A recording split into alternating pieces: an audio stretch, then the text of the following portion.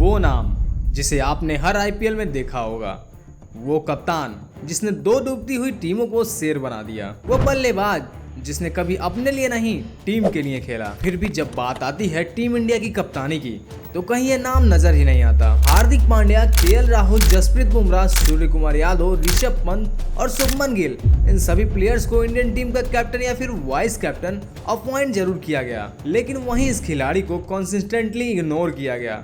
आखिर क्यों?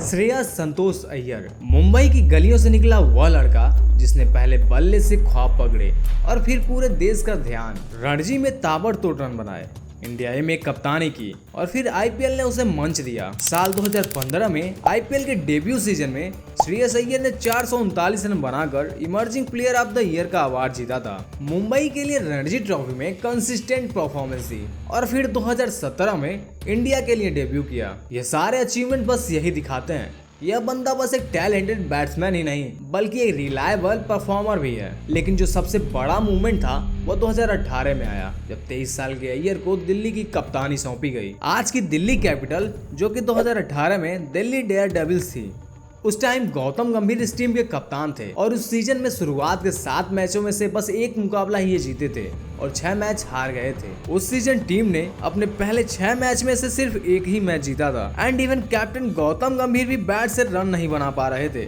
और सीजन के फर्स्ट हाफ में टीम की बेकार परफॉर्मेंस होने की वजह से गौतम गंभीर ने बीच में ही कैप्टेंसी छोड़ दी और उसके बाद श्रेयस अय्यर को दिल्ली का नया कप्तान अनाउंस किया गया। भले ही 2018 के सीजन में दिल्ली की टीम ने बाकी के 8 गेम्स में से केवल 4 मैच जीते और लास्ट फिनिश किया, बट श्रेयस अय्यर ने यंगस्टर का कॉन्फिडेंस बढ़ाया और अगले साल के लिए टीम तैयार की और 2019 में फिर से उन्हें दिल्ली का कप्तान बनाया गया। दिल्ली डेयर डेविल्स अब दिल्ली कैपिटल बन गई थी और इस साल श्रेयस अय्यर ने दिखाया कि वो किस लेवल के कप्तान हैं और 7 सालों के बाद श्रेयस अय्यर की कैप्टनसी में दिल्ली प्लेऑफ के लिए क्वालिफाई कर पाई। लेकिन क्वालिफायर 2 में दिल्ली की टीम को एसआरएच से हार झेलनी पड़ी और उनका उस टूर्नामेंट का सफर वहीं खत्म हो गया। 2019 में इतनी शानदार कमबैक करने के बाद श्रेयस की कैप्टनसी में एक बार दिल्ली फिर से तैयार थी 2020 में रोर करने के लिए, लेकिन पैंडेमिक की वजह से आईपीएल को पोस्टपोन कर दिया गया और बाद में इसे दुबई शिफ्ट किया गया और इस सीजन में भी श्रेयस की कैप्टनसी में दिल्ली ने अपनी बेस्ट परफॉर्मेंस दी और 14 में से 8 गेम जीतकर ये टेबल के दूसरे नंबर पे थे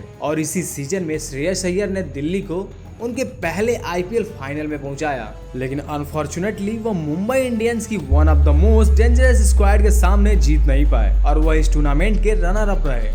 लेकिन 2020 के आईपीएल तक पहुंचने का क्रेडिट भी श्रेयस अय्यर को नहीं दिया गया बल्कि रिकी पोंटिंग और यंग स्क्वाड को दे दिया गया। इस सीजन में उनका काम और कंपोज्ड एटीट्यूड सबको दिख गया था, पर मीडिया और फैंस ने उन्हें उतना हाइप नहीं दी जितना वो डिजर्व करते थे। इस अमेजिंग सीजन के बाद जहां उन्हें एक नए लीडर की तरह देखा जाना चाहिए था, वहीं उनके कैरियर में आता है एक बहुत बड़ा सेटबैक। 2021 से पहले जब इंग्लैंड की टीम इंडिया का टूर कर रही थी, उस टाइम श्रेयस अय्यर को एक शोल्डर इंजरी हो जाती है जिसकी वजह से उन्हें आईपीएल 2021 से रूल आउट होना पड़ता है। 2021 आईपीएल के फर्स्ट फेज में श्रेयस अय्यर की जगह उस टाइम पर 23 साल के वाइस कैप्टन ऋषभ पंत को कैप्टन बनाया गया, जिनके अंडर में दिल्ली की टीम ने पहले 8 गेम्स में से 6 गेम्स जीतकर टेबल को टॉप किया था। लेकिन आईपीएल कोविड बबल ब्रिज की वजह से 2 फेज में डिवाइड हो चुका था और आईपीएल के सेकेंड फेज स्टार्ट होने तक श्रेयस अय्यर पूरी तरह से फिट हो चुके थे। लेकिन जब अय्यर फिट हो चुके थे फिर भी उन्हें कैप्टनसी नहीं दी गई और फ्रेंचाइजी ने ऋषभ पंत के साथ ही कंटिन्यू करने का फैसला किया और जब 2022 का मेगा ऑक्शन आया तब दिल्ली कैपिटल्स ने उन्हें टीम से रिलीज भी कर दिया, जो कि सच में बहुत बड़ा शॉकिंग न्यूज था क्योंकि वो कैप्टन जो आपको पहली बार आपकी टीम को फाइनल में ले गया हो, आप उसे रिलीज कर दिए और वो भी तब जब आपकी टीम पिछले कुछ समय से बेकार परफॉर्मेंस कर रही थी।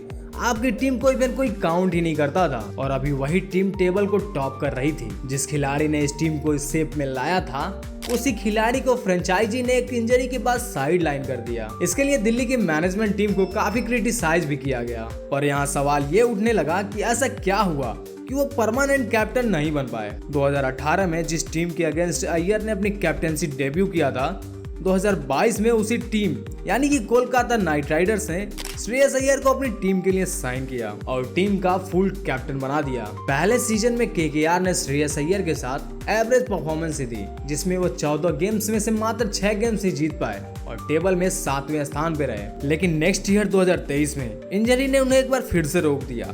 2023 के पूरे सीजन में इंजरी की वजह से ना खेलने के बाद श्रेयस अय्यर ने 2024 सीजन में कमबैक किया। उसी सीजन 2018 में कैप्टेंसी देने वाले गौतम गंभीर केकेआर के मेंटोर बन चुके थे। केकेआर ने इस पूरे सीजन में पूरी तरह से डोमिनेट किया। श्रेयस अय्यर ने अपनी कैप्टेंसी में केकेआर को इस साल चैंपियंस बनाया। लेकिन सबसे शॉकिंग बात तो ये थी कि यहाँ पे भी इनको क्रेडिट नहीं दिया गया, बल्कि चारों तरफ बस गौतम गंभीर की चर्चाएं हो रही थी। जीत का सारा श्रेय गौतम गंभीर को ही दिया जा रहा था। श्रेयस अय्यर ने इस पूरे सीजन में टीम को लीड किया, करेक्ट कॉम्बिनेशन बनाया, टैक्टिकल बॉलिंग चेंजेस किए और खुद भी क्रूशियल नॉक्स खेले। लेकिन ट्रॉफी के बाद ऑलमोस्ट सब जगह गौतम गंभीर को मास्टरमाइंड बोला गया और श्रेयस अय्यर की टैक्टिकल कैप्टेंसी को उतना क्रेडिट मिला ही नहीं। लोग हर जगह गौतम गंभीर की ही तारीफ कर रहे थे और श्रेयस अय्यर का नाम भूल ही गए थे। और आईपीएल 2025 के मेगा ऑक्शन में केकेआर ने उन्हें रिलीज कर दिया, जो कि सबसे बड़ा शॉकिंग मूवमेंट था। रिपोर्ट्स का कहना यह था कि श्रेयस अय्यर ने यह डिसीजन खुद लिया है। खैर, इस डिसीजन के पीछे की बैक स्टोरी श्रेयस अय्यर खुद जानते होंगे। ऑक्शन के बाद बस यही चर्चा हो रही थी कि आखिर केकेआर ने श्रेयस अय्यर को रिलीज क्यों किया। वह कप्तान जिसने पिछले 10 सालों के बाद उन्हें ट्रॉफी दिलाई हो,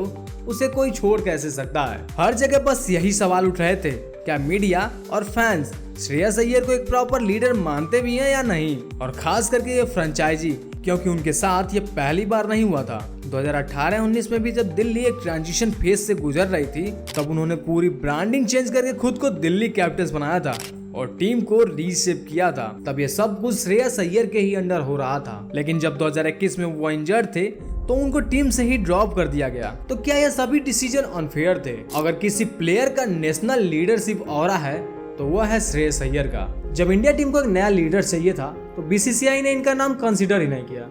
आखिर ऐसा क्यों? इंडियन टीम की रिसेंट कैप्टेंसी हिस्ट्री देखें तो बीसीसीआई रिसेंट कुछ ईयर्स में बहुत सारे प्लेयर्स को कैप्टेंसी और वाइस कैप्टेंसी के लिए ट्राई कर चुकी है, और इन्होंने श्रेयस अय्यर को कम्प्लीटली इग्नोर कर दिया। 2022-23 में केएल राहुल और हार्दिक पांड्या को मल्टीपल अपॉर्चुनिटी मिली। 2023-24 में जसप्रीत बुमराह और सूर्य कुमार यादव को भी चांसेस मिले, और 2025 चैंपियंस ट्रॉफी में शुभमन गिल को वाइस कप्तान बना दिया गया। लेकिन अब भी श्रेयस अय्यर का नाम कहीं पे भी नहीं था। जब विराट कोहली की कैप्टेंसी चली गई थी और इंडियन क्रिकेट रोहित के बाद के लिए नए लीडर्स को ढूंढ रही थी, तब श्रेयस अय्यर एक ऑब्वियस चॉइस लग रहे थे। एक प्लेयर जो एग्रेसिव भी हो और टैक्टिकल भी और यंग भी, लेकिन फिर भी उन्हें अब तक कोई चांस नहीं मिला। देखो यार, सारे सवाल यहीं से खड़े होते हैं कि आखिर क्यों इंडिया जब इतने सारे कैप्टन ट्राई कर रही थी तो उन्होंने श्रेयस अय्यर को इग्नोर क्यों किया। और सिर्फ सिलेक्शन ही नहीं, श्रेयस अय्यर का रिसेंट इशू डिसिप्लिन को लेकर भी आ रहा है।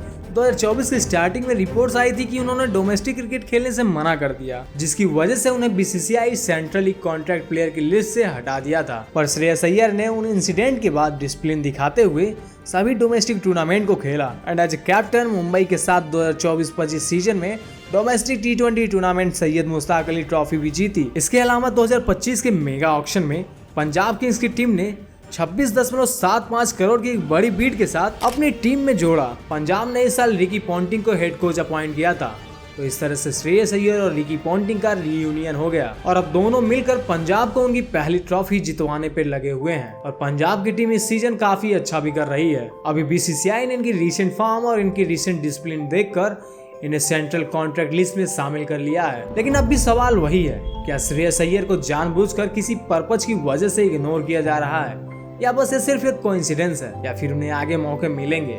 आपको क्या लगता है? अगर हम लीडरशिप क्वालिटीज छोड़ भी दें तो क्या श्रेयस अय्यर एक वर्ल्ड क्लास बैट्समैन नहीं है? अब तक जब जब उन्हें मौका मिला है उन्होंने खुद को प्रूव किया है। ओडीआई वर्ल्ड कप 2023 में मिडिल ऑर्डर का सबसे बड़ा नाम थे एंड इवन उन्होंने सेमीफाइनल जैसे हाई प्रेशर मैच में डिलीवर भी किया था। जैसा कि हम सब जानते हैं 2019 वर्ल्ड कप के बाद से इंडियन टीम को प्रॉपर 4 नंबर पे कोई बैट्समैन मिल नहीं रहा था, लेकिन जब श्रेयस अय्यर को 4 नंबर पे बैटिंग करने की अपॉर्चुनिटी मिली तो इन्होंने निराश नहीं किया। लेकिन इसके बावजूद भी इन्हें कंसिस्टेंटली उतना मौका नहीं दिया गया। लेकिन जब भी श्रेयस को मौका मिला उन्होंने खुद को प्रूव किया, और अभी 2025 के चैंपियंस ट्रॉफी में उन्होंने जिस तरह से खेला है उन्होंने दिखा दिया कि वही 4 नंबर के लिए असली हकदार है। अगर हम उनकी इंजरी को साइड लाइन कर दें तो Shreyas Iyer as a batsman and as a leader Indian cricket team में डिजर्व करते हैं। जिस तरह से उन्होंने खुद को प्रूव किया है, इस तरह की परफॉर्मेंस देने के बाद आपको क्या लगता है, फ्यूचर में श्रेयस अय्यर को इंडियन टीम की कैप्टनसी के मौके मिल सकते हैं। इस तरह की परफॉर्मेंस देने के बाद आपको क्या लग रहा है? क्या फ्यूचर में श्रेयस अय्यर को इंडियन टीम की कैप्टनसी मिल सकती है या फिर इन्हें जानबूझकर इग्नोर किया जा रहा है? आपकी क्या राय है कमेंट में जरूर बताइएगा। और हाँ, अगर वीडियो अच्छी लगी हो तो वीडियो को लाइक और चैनल को सब्सक्राइब करके जाइएगा। फिर मिलते हैं एक और नई वीडियो के साथ।